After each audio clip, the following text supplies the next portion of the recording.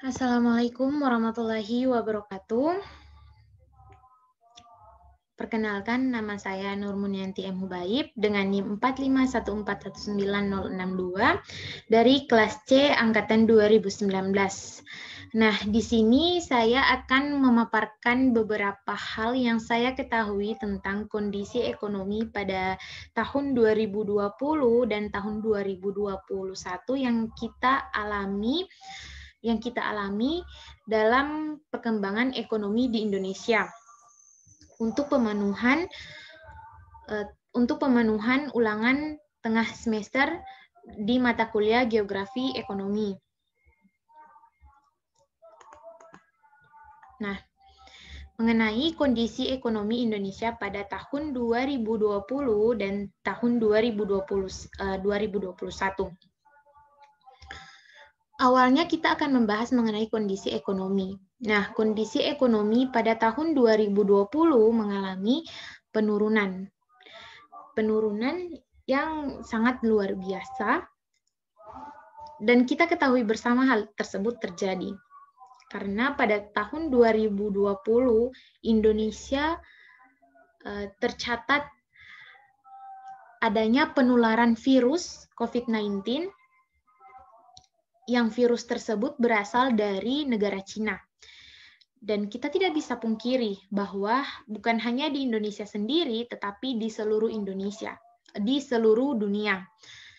Nah, tidak hanya kondisi ekonomi di Indonesia yang mengalami penurunan, tetapi di negara-negara lain pun mengalami penurunan mengenai kondisi ekonominya, mengenai pertumbuhan ekonomi.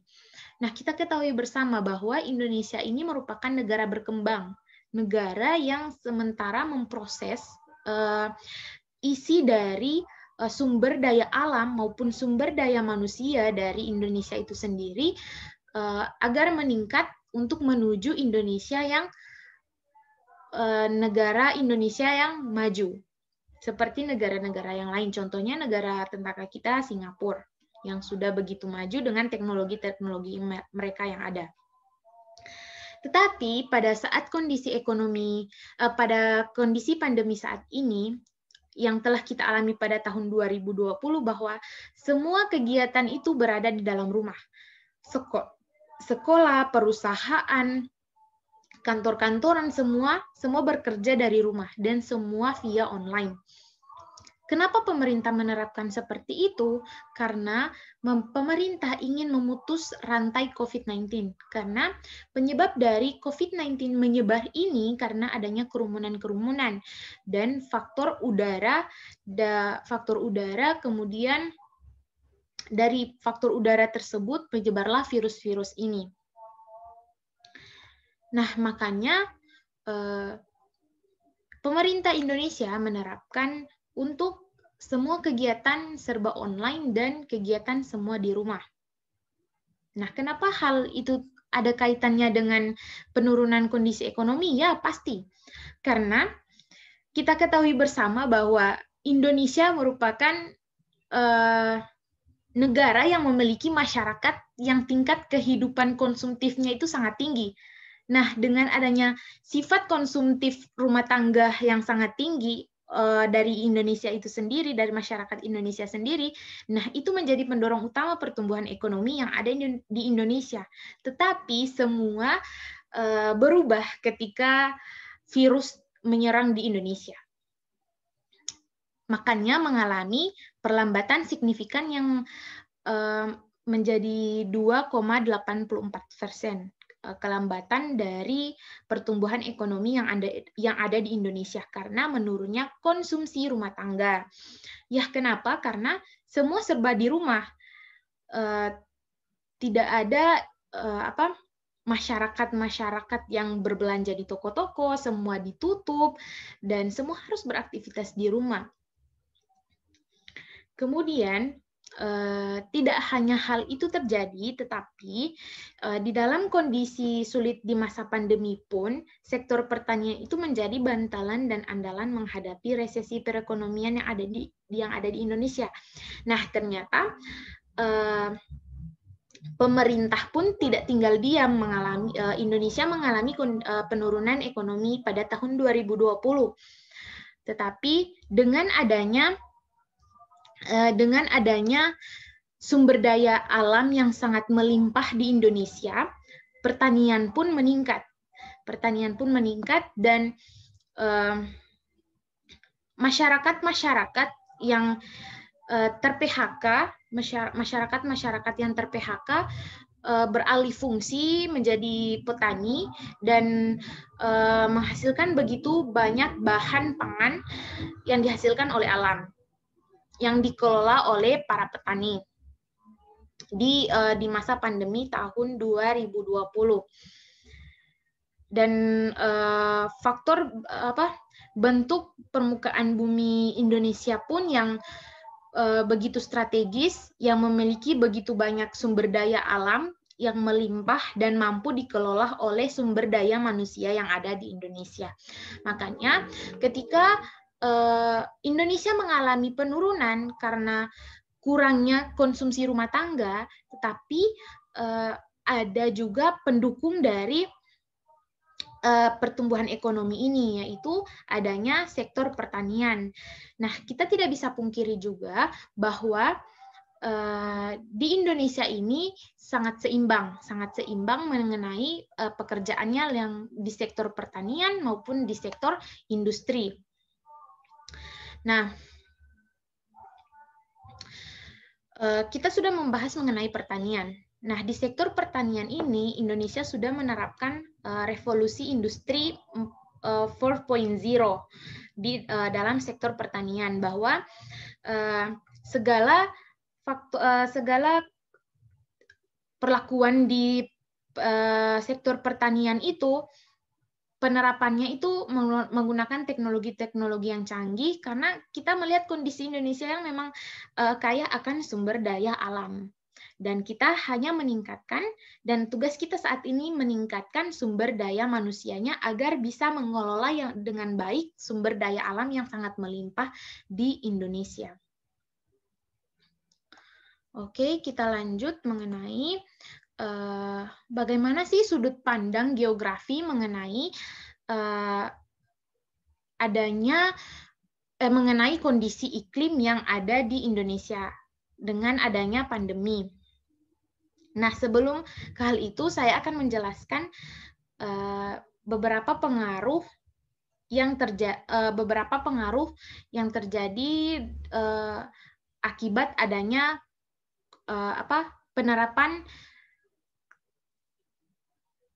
penerapan semua bekerja online. Ya, masih ada kaitannya. Nah, ini manusia itu memiliki ciri bergerak. Nah, pergerakan manusia itu dari satu tempat ke tempat yang lain, baik memenuhi kebutuhan ekonomi maupun memenuhi kebutuhan sosial lainnya. Nah, itu dapat dievaluasi secara geografinya. Karena logikanya seperti ini. Semua dibatasi karena ada gerakan manusia, dan kita harus memutus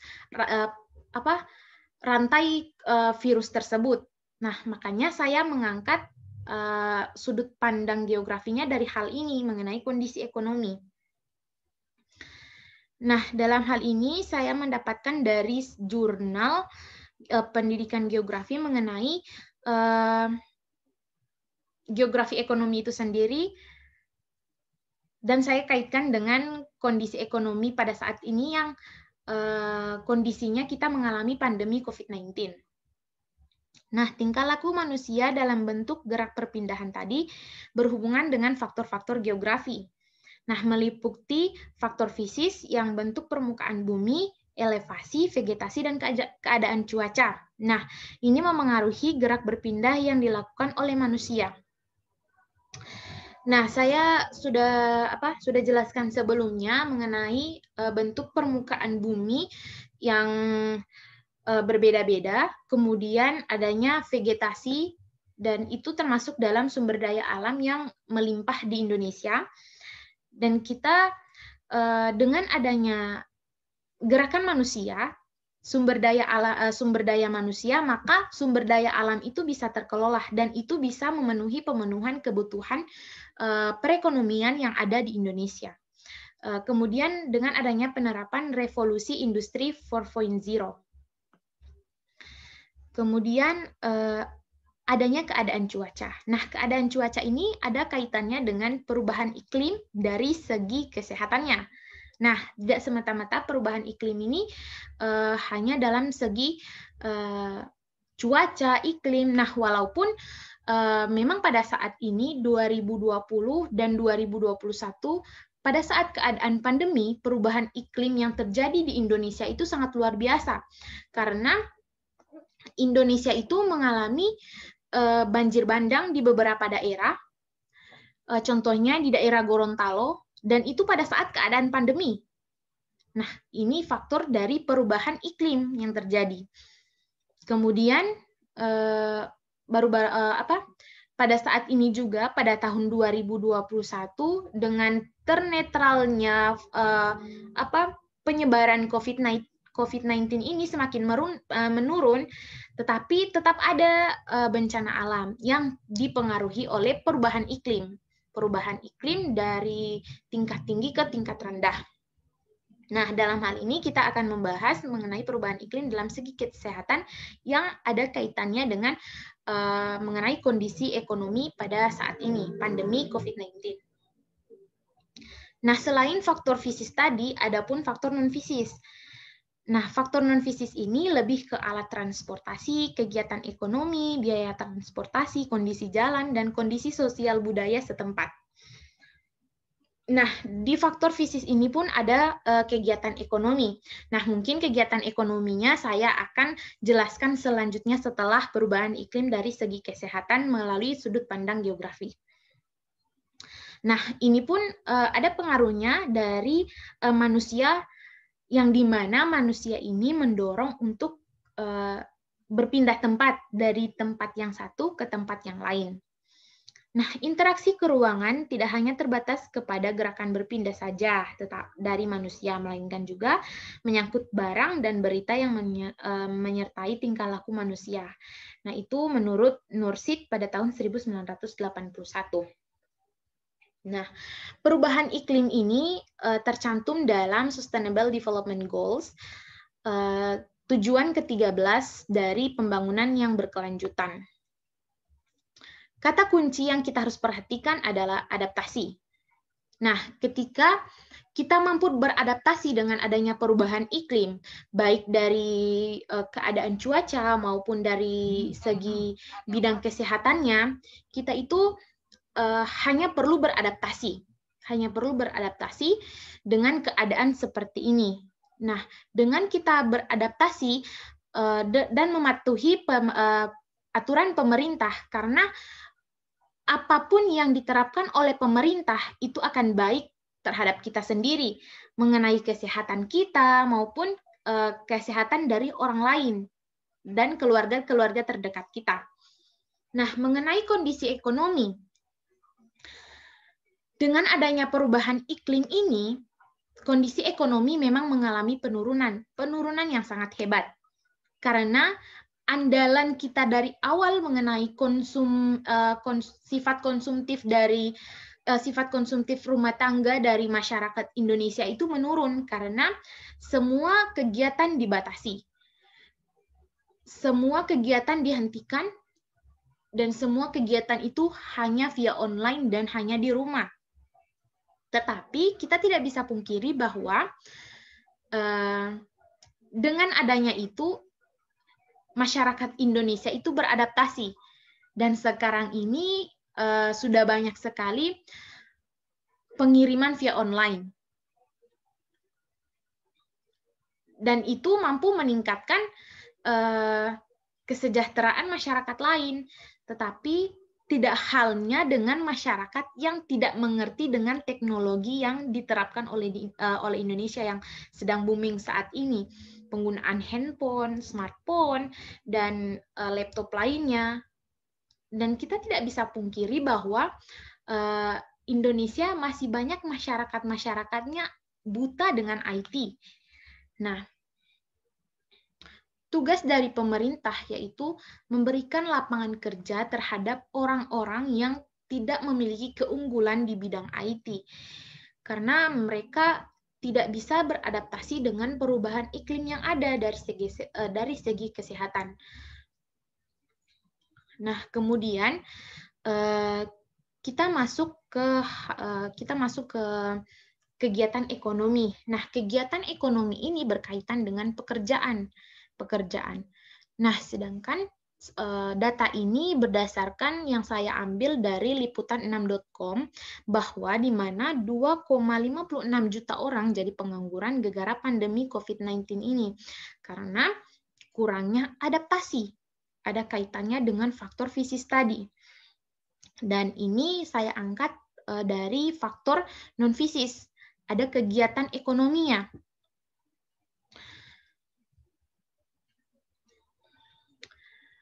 Dengan adanya pengangguran ini pun jumlah penduduk miskin di Indonesia lebih meningkat.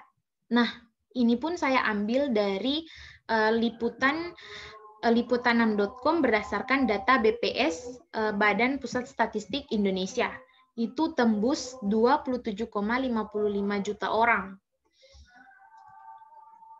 Nah, dengan peningkatan pengangguran yang ada, jumlah penduduk pun meningkat, maka dari itu Indonesia pada tahun 2020 dan keadaan pun tetap semasa pandemi, pemerintah Indonesia menciptakan Undang-Undang Cipta Kerja. Nah, Undang-Undang Cipta Kerja ini memang sangat berpengaruh terhadap masyarakat yang rendah karena mereka memasukkan investasi asing di Indonesia. Dan menurut saya itu sangat bagus karena investasi asing di Indonesia mampu meningkatkan skill bahasa juga bagi masyarakat Indonesia dan meningkatkan sumber daya manusia dalam segi speaking-nya.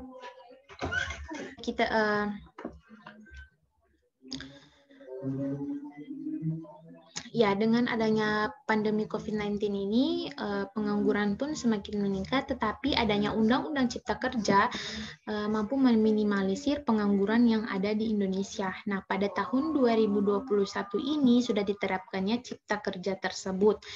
Nah, dari kegiatan ekonominya dari tahun 2020 ke tahun 2021 itu mengalami peningkatan tapi tidak secara signifikan, secara perlahan-lahan karena Indonesia juga masih memerlukan adaptasi yang luar biasa dari segi kesehatan, dari segi ekonomi, dan dari segi politik, sosial budaya, dan segi ekonomi itu sendiri. Indonesia masih mengalami adaptasi yang luar biasa dengan keadaan pandemi COVID-19 ini. Nah, itulah yang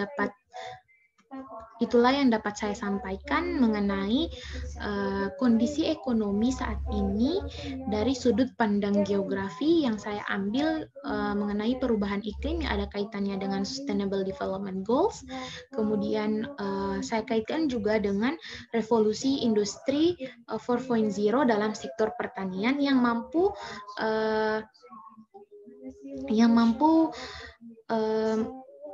pengelolaan balik mengenai resesi perekonomian yang terjadi di Indonesia pada tahun 2021. Sekian dari saya. Wassalamualaikum warahmatullahi wabarakatuh.